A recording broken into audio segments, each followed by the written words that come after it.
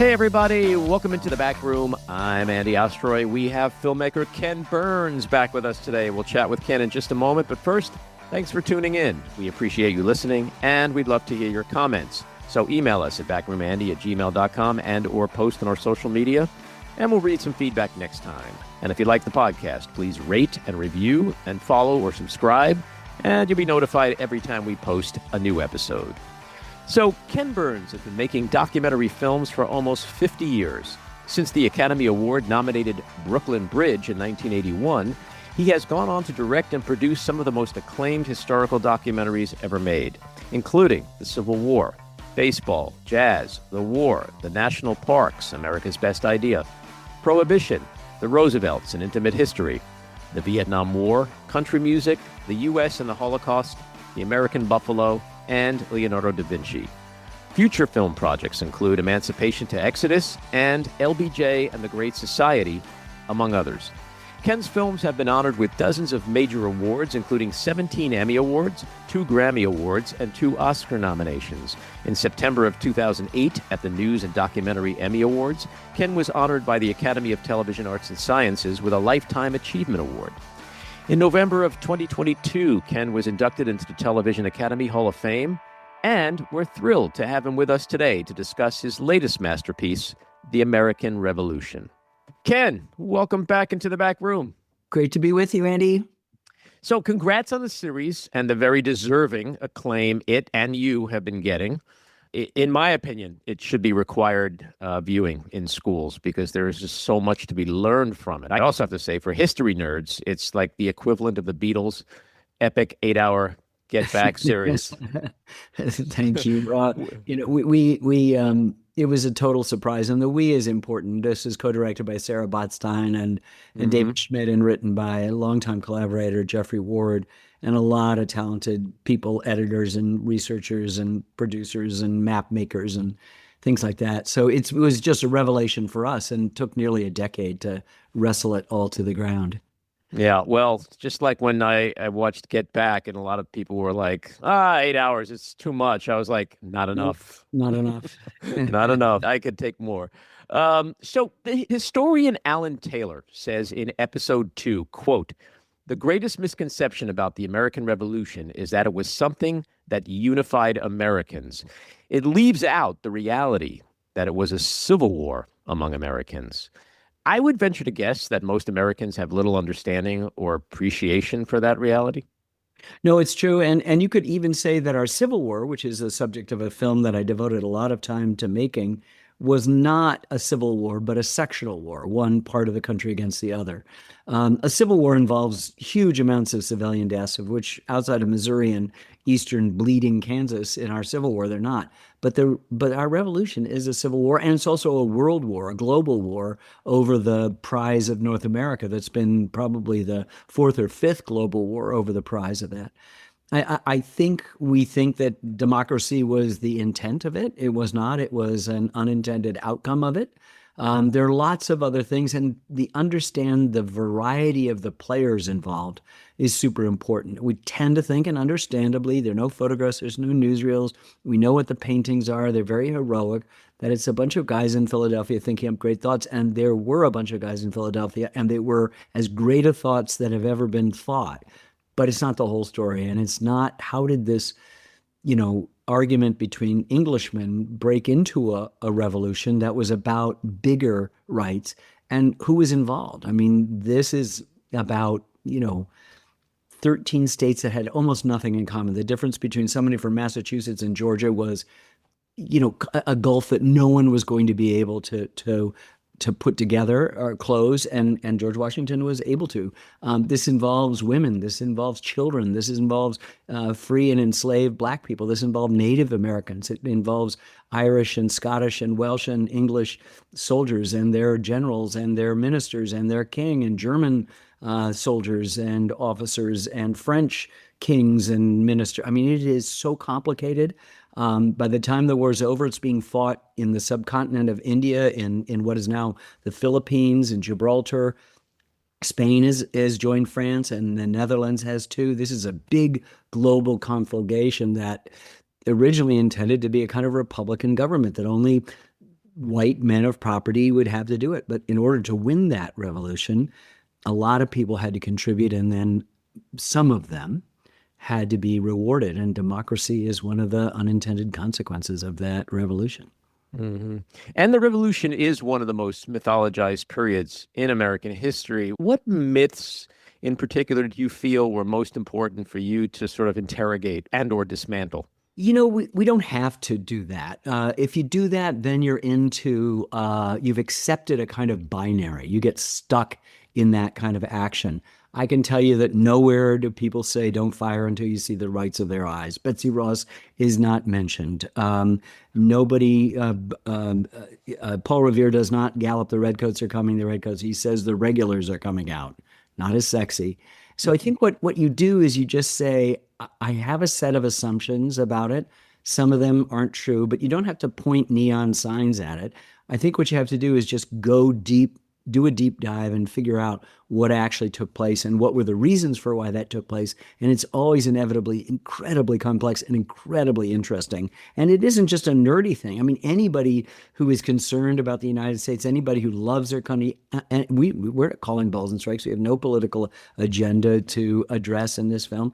We are just telling a complex story that is just, I mean, I won't work on a more important film than this because of the complexity of the ideas, the importance of the American Revolution in world history, and the importance that the United States has held in the world since its founding. It should be something we'd be ultra curious about, but I think in some ways we've smothered those people with a kind of gallant, bloodless myth, thinking that if we deal with the nitty gritty of it, if we lift up the tapestry and uncover some of the dirt, that it'll diminish those big ideas.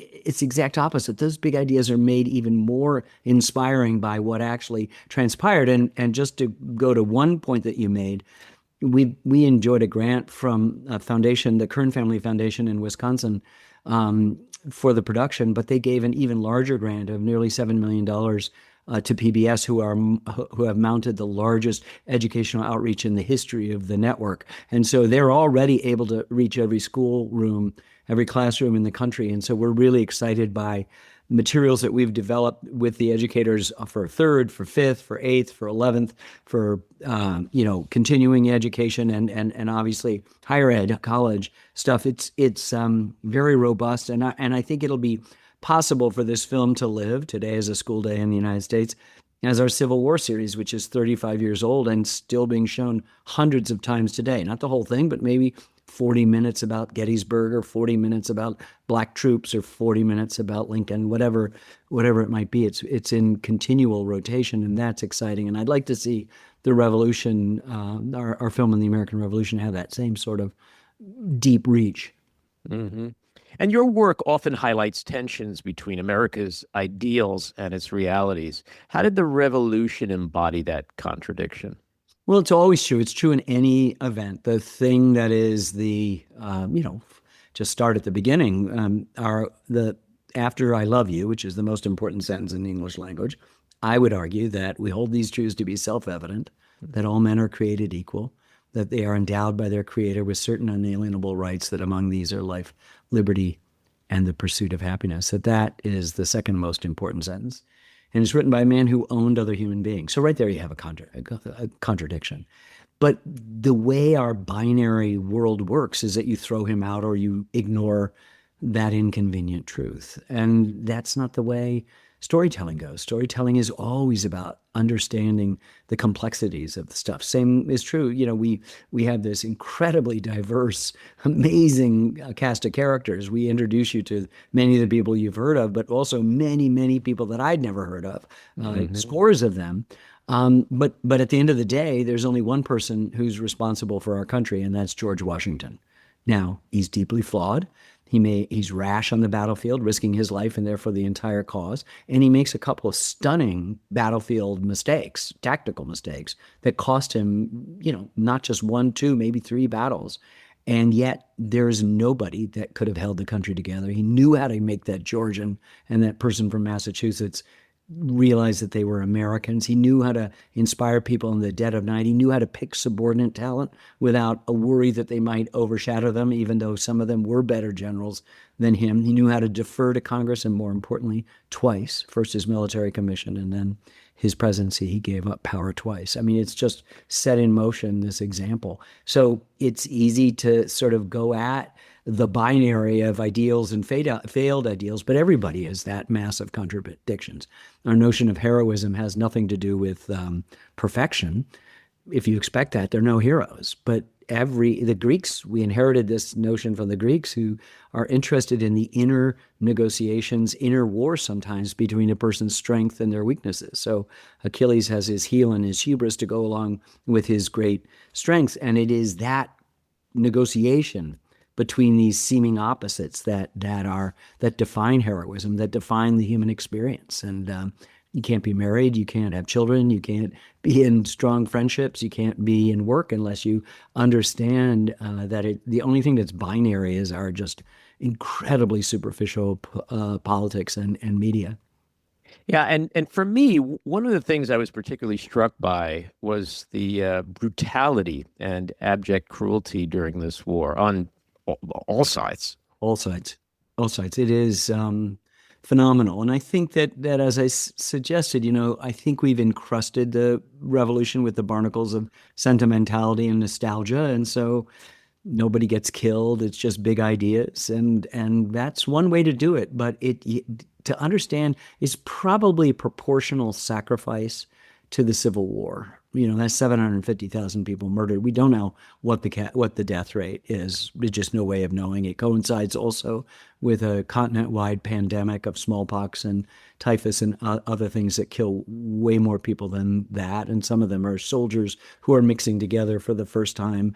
We don't have any records of Native peoples and their populations keeping kind of accurate census of things. So it's incredibly bloody, and sometimes it's guerrilla warfare. The thing that it reminded me closest to, I made a film on the history of the Vietnam War. It reminded me of South Vietnam, and thinking that the British and their Hessian allies were like the South Vietnamese and their American allies trying to deal with the VC, trying to deal with the Viet Cong. And they pacify after Washington loses New York, the Battle of Long Island, because of a mistake on his part. He's retreating across New Jersey, and people are flooding into the city and into New Jersey to sign declarations of dependence. But as every occupying army knows, they create, problems. They steal they raid the barn, they steal the furniture, they rape women, they, murder sons, they do bad things. And the whole population of New Jersey then switches. And in one season, more British and Hessian soldiers were killed out looking for forage by guerrillas, animated as much by revenge as by any cause. Then they were killed in battles like Trenton and Princeton in that war. It's devastating, and then it's even much worse in South Carolina. So these are all revelations to me over the last 10 years, and trying to communicate that to people is not just saying it's all bad. It's really good. The outcome was the United States of America. And for all the things that we screwed up over the years, it's still like an amazing invention. And that's what we're celebrating in the film. But we're not going to get there without telling you a complexity. And one of the things, I've been on the road, as you know, for about 10 months, just talking, and I've been saying the same thing to everybody. The same thing that I'm saying to you, I said to Joe Rogan, I said to Theo Vaughn, I said to groups all across the country, adults, to children, to inner city school kids in Charleston and Detroit and Chicago, suburban thing, to the New York Times editorial board, exactly the same thing. Because as Mark Twain says, tell the truth and then you don't have to remember anything. Right. I don't have to do this. And so we have a really great story. And one of the things I like to say to people is that, one of the darlings of the conservatives was supposed to be this series called Yellowstone, starring Kevin Costner, which I've seen. It's wonderful. I love it too. I don't know why it's only supposed to be for conservatives. Anyway, what is that about? Well, that's about a father figure, right?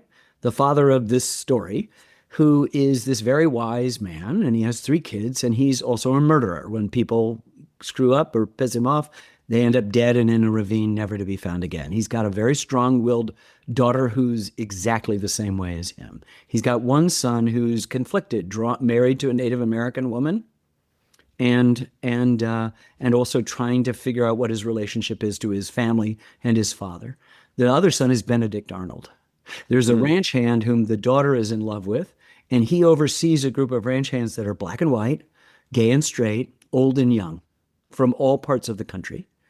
And around them are Native people still trying to figure out how they can retain some sense of sovereignty about the land that has been taken from them, and superseding them are greedy speculators and developers. So that's where you got the idea for this from. I know we began it before Yellowstone started, and it ended and it ended before our series was broadcast.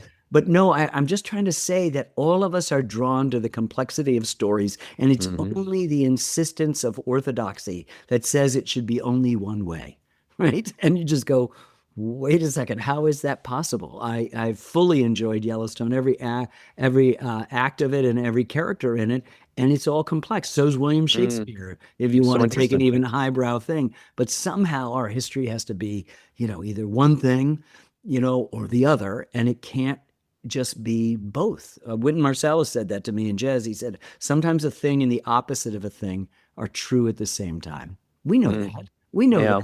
But somehow our politics and our sort of the superficial aspects of our media can't tolerate anything but an on-off switch.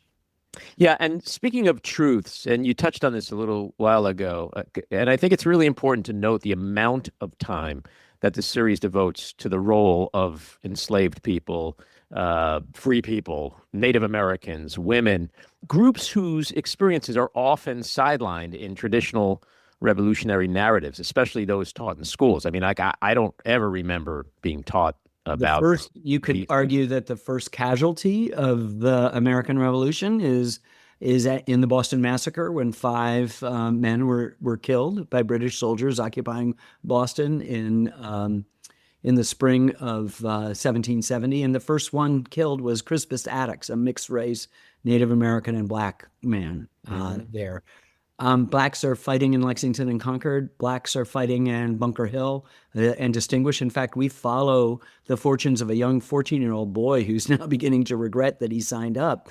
John Greenwood, when the Battle of Bunker Hill is happening, but then he sees a black man who's been injured in the back of the neck, and he's freaking out. But then he sees that the guy asks that a patch be put on it, and he's going back to the battle.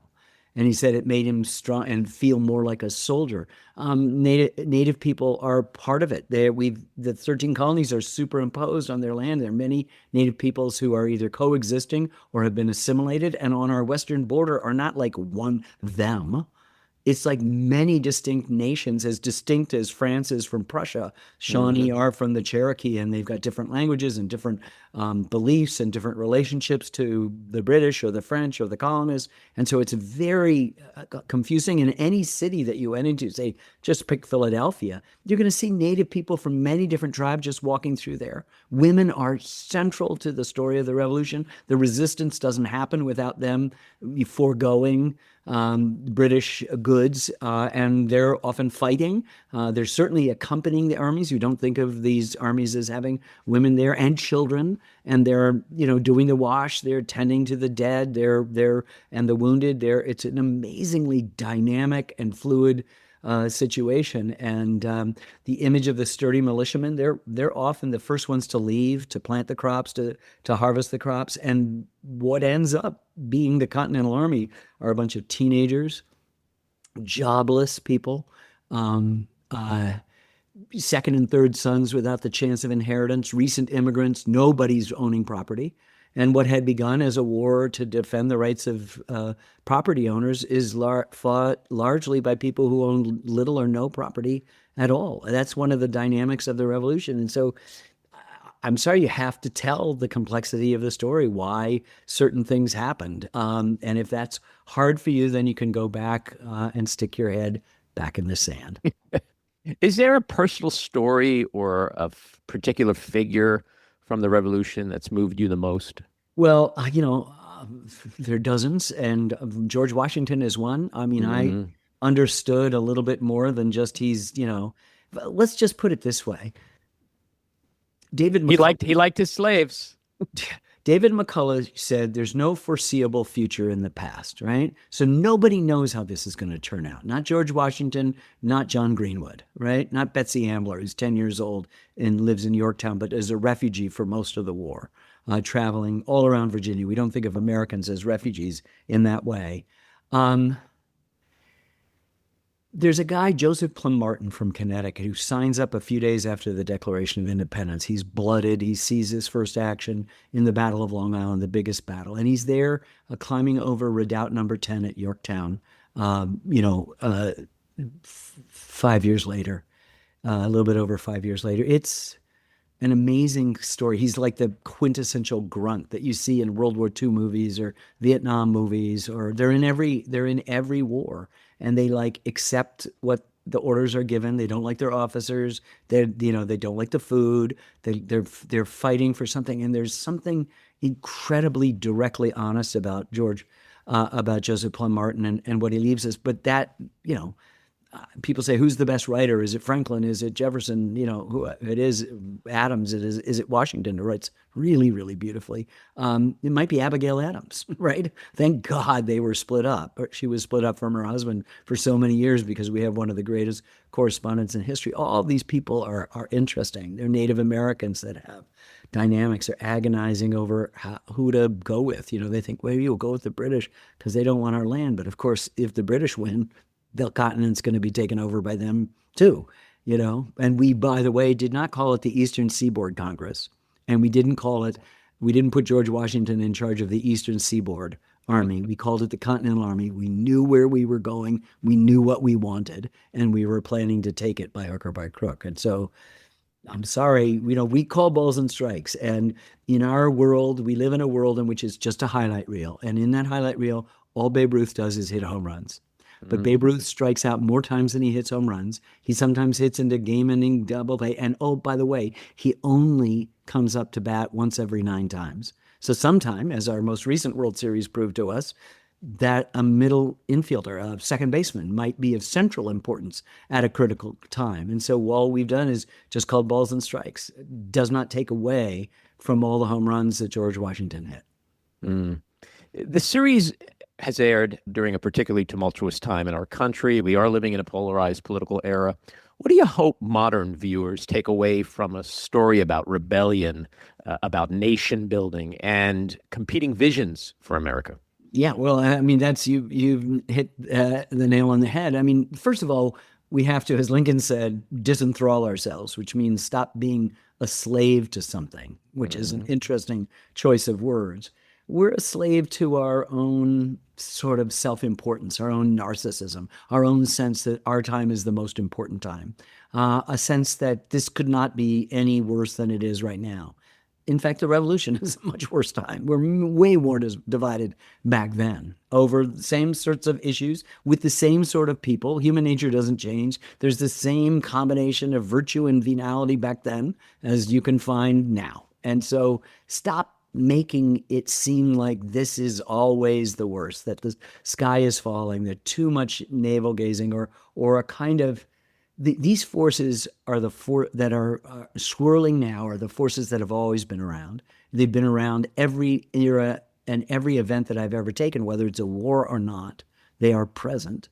And so arming yourself with an understanding of history is just the best thing you can do. It kind of tempers your own narcissism. It gives you a huge amount of humility. It provides a modicum of optimism. And optimism is not a naive or pejorative condition. It's actually a good way to relate to things.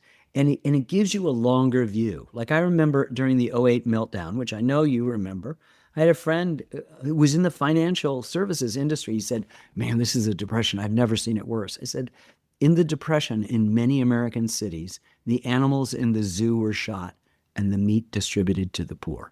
When that happens, I'll agree with you. Now, that never happened, and it doesn't say that it's not going to happen, but let's just use our knowledge of where we have been as a species, and in our case, as Americans, to temper the exaggeration and hyperbole that attends to any particular moment. And so embedded in your question is the idea of revolution. That means we're going to be at fighting with one another. When in fact, the revolution was a way to try to stop, in some ways, these inevitable divisions, to design a system that works out these things. And it's only the subversion of aspects of that that threaten the polity and threaten the sort of kind of cohesiveness of the American experience. Yeah, I think one of the greatest gifts that the series offers is that it is a reminder to us all that despite how divided we may believe America is today, the Republic has experienced way worse. So then the Civil War, that's really divided. The Yeah. Vietnam period, there were hundreds of bombings from the late 60s through the middle of the 70s. Hundreds of bombings. Hundreds of bombings. Like, we just caught a guy who was trying to set 2 bombs that never went off, right? Back in January 6th of 2021. Hundreds of bombings. So let's just kind of take that Chicken Little routine and down a couple of notches and then kind of look at it. You can lament at all the things that are lamentable, but you still have the ability to get up and to voice your opinion, and more importantly, to vote, right? And then, then you can complain. A lot of people don't vote. A lot of people listening to you don't vote or figure out a way not to do it and say, well, it doesn't really count. You're crazy if you think that's the case. And you've essentially given authoritarians an extra head start. And that's unacceptable. There's a wonderful moment. A German soldier, we follow many Germans, but we follow a German soldier, particularly named Johann Ewald. He's throughout the film, he's openly disdainful of these rebels, as of course the British called us all the time, and they picked it up too, and of their ideas. But he's part of the surrendering army at Yorktown. Sorry, spoiler alert. And he comes out of there and he says, who would have thought 100 years ago that out of this multitude of rabble could arise a people who could defy kings? Yeah. That is us. That is us. So it's built into our blood system to defy kings. And so you can spend a lot of time with your social media, in your feeds, doing this and lamenting.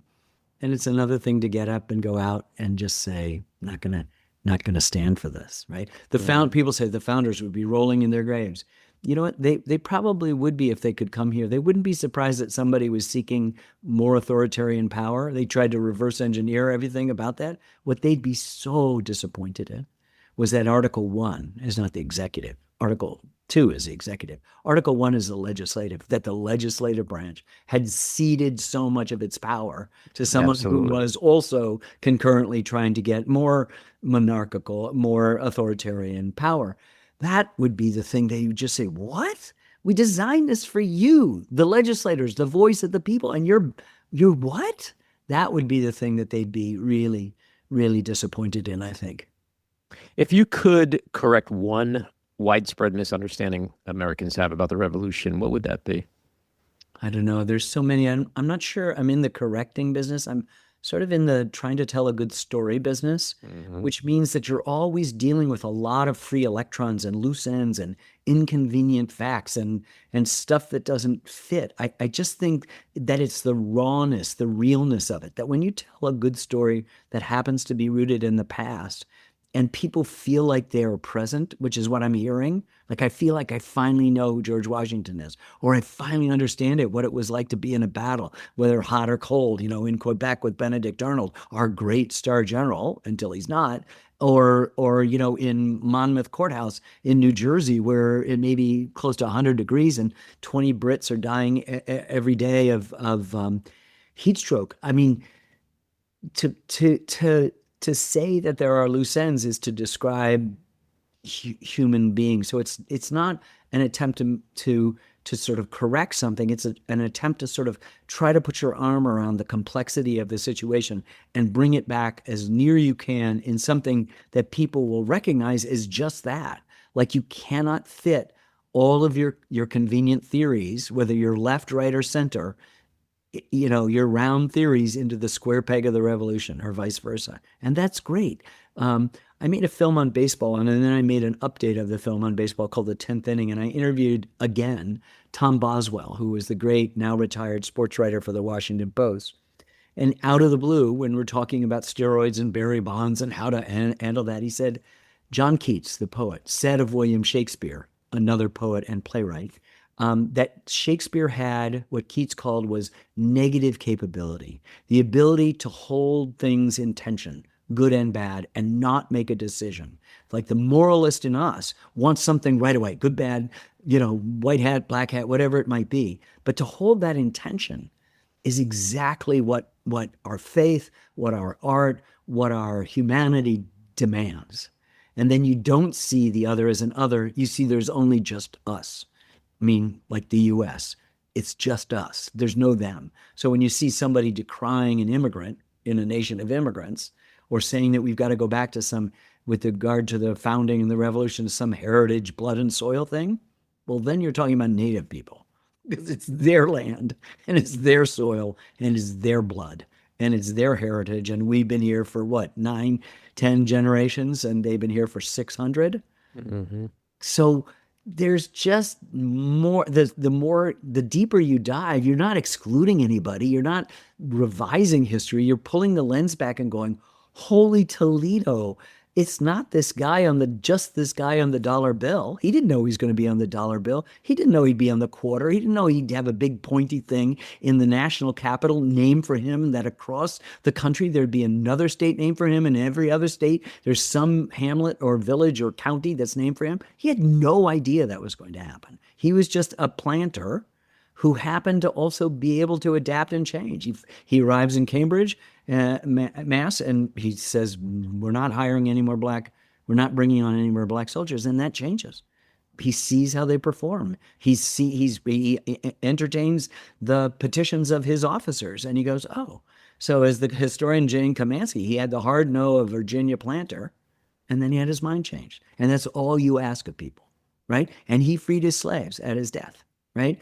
Thomas Jefferson didn't do that. And there were people who were freeing their slaves before their deaths. And that's to their everlasting credit. So this is a hugely complex story. And if you wanted to put it in black and white, you've lost. Already you've lost. You've lost the nuance, the complexity. You're eating cardboard and not, a crepe.